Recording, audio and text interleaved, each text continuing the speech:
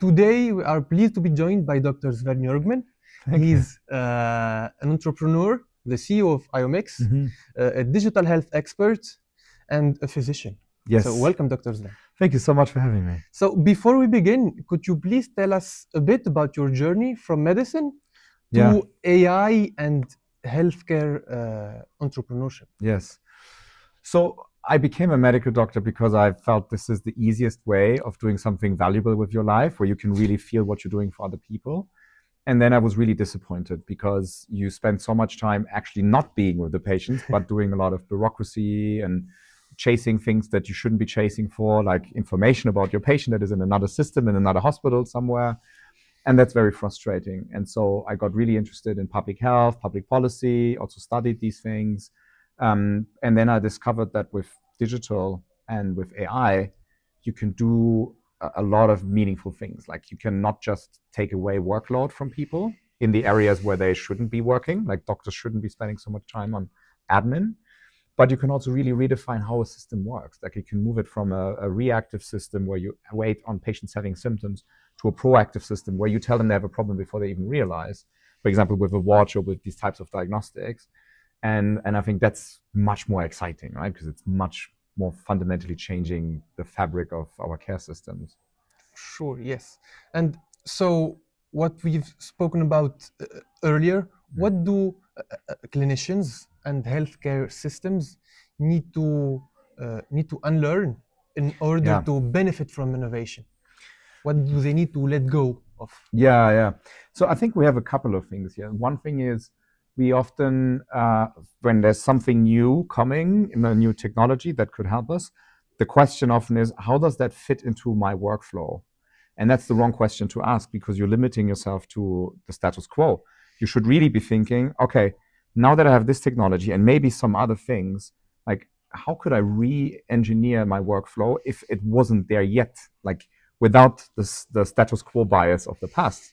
So I think that's one thing. And the other thing is we sometimes get a little bit, and for good reasons, but we get a little bit of analysis paralysis when there's something new and we say, oh, I need to wait until there's, I don't know, a ton of evidence and so on, which is true. Evidence is important, but things are moving so fast right now that by the time you have evidence, often that technology, the AI is already outdated by 2 years.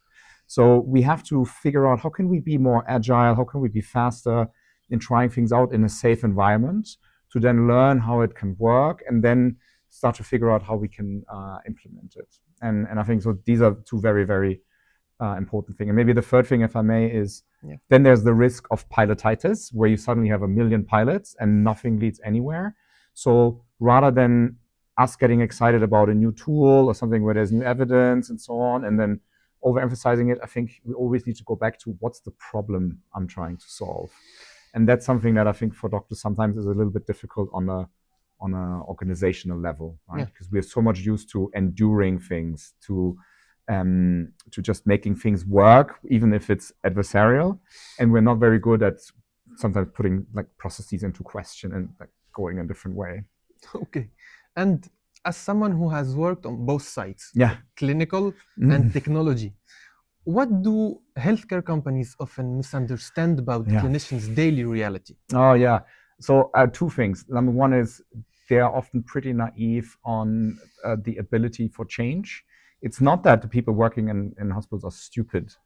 It's they are completely overwhelmed. They don't have search time, and a new tool often requires more time. And if you don't design for these constraints, you're not going to get far.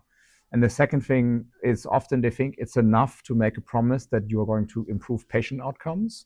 And everybody wants to improve patient outcomes. That's not the point, but it's not enough. Like they have to be able to afford it somehow. It has to fund itself. They have to be able to find the time for it and so on. So you have to have more than just the one value proposition of it's going to help the patient. Yeah, exactly. And let's talk about innovation and the clinician reality. Where do you see the biggest disconnect, in fact, between this innovation and the clinical reality? Yeah, I mean, often it feels like some people are overexcited about new technologies, but you always have to get the basics right. And it's super difficult, for example, to unleash AI if people are still working with paper and fax, and if things are scattered everywhere. So sometimes Like first we need to do the homework on the foundations, like for example, having all the data easily available in an accessible manner to then deploy AI on top of it. And if that's not done, you're kind of skipping a step. Yeah, and we've talked about data. So how can integrated diagnostics Yeah. turn raw measurements into meaningful data and meaningful clinical decisions and measurements? Yeah. Okay. So I think again, like, there are two topics here, and number one is I talk a lot about data triangulation recently because if you have AI and people are using it a lot, you're getting flooded with well-written, beautiful text, but AI also perpetrates errors, and so it's becoming difficult to assess just from looking at it if there's a mistake in it or not as a human. So then people start to use AI to check somebody else's AI's written text to then see if they can even trust it, and it's become undigestible. And what still is really, really helpful is if you can have, aside from like free text, which often is also written by humans, or at least prompted by humans with potential errors, is to have deterministic data on the side, which includes lab values, but it also includes all the blood pressure readings and lung function tests and all of that, to then have something that you can use to triangulate, to double check basically the data that's in the rest that you have. And if you then have a system that can check all of these things against each other to do quality control, you have a better decision basis. And I think that's going to be key in an increasingly noisy world. The second thing is doctors are constantly distracted. We always tend to think that time is our scarcest resource or the most precious one, but it really is our attention. And each interruption takes time to get back into where you were in your mind. And the more you have to do context switching, the more it's going to stress you out and often the lower your performance. So having something that is integrated where you have a one-stop shop and it takes out some friction is going to have a positive benefit on the whole attention that clinicians can then give more to patients and to their own clinical reasoning, for example. Yeah, and with all these innovations, AI, new technologies flooding our lives and daily practice, what makes clinicians truly adopt a new technology in their reality, in their daily practice? Is it time gaining? Is it facilitating their life? What is it exactly? Yeah, good point. And again, like probably more than one thing. I think first of all, they need to be able to trust it. And a good currency of trust in the medical world is evidence, is quality seals, like a data protection certification and things like that, so that they know it's safe to use on my patients, first of all. And then secondly, I think doctors are just overloaded and doing too many things. They never have enough time. It's stressing them out. Burnout rates are high, people quitting and so on. So anything that kind of reduces the workload where they never wanted to be and allows them to spend more time with their calling, which is being with the patients, I think is what's going to really make them adopt it and be happy with it in the mid to long term.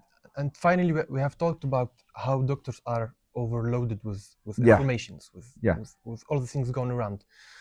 In your opinion, what makes the difference between data noise and meaningful data and meaningful clinical informations? Yeah, I think noise is when everything is there at the same time without any clear prioritization, and you have to double check if you can even trust that information. Then you have to go to the source information and see if the reasoning was sensible and so on. And that's becoming increasingly difficult because AI just makes things so beautiful and so well reasoned. So I think having like a single source of truth rather than, as it is still the case, like 1,000 notes that are handwritten somewhere. People sometimes still write on their front arms. That's how you can tell a doctor in hospital often, because they have a phone call and just quickly need to take a note. But then you disinfect your arms and it's suddenly gone, and then the information is lost, and like all of that complexity and bringing that together. I think that's one very key thing. Plus, ensuring the quality is good so you don't have to, and making sure the right information is there at the right time, that you're not completely overloaded with things that are just not influencing your decision making at this point. Great. So thank you very much, Dr. Thank Sven you Jungman, for your time and for sharing your insights with us. It was really a pleasure speaking with you. Likewise, pleasure is all mine. It's so great to be here. Thank you very much.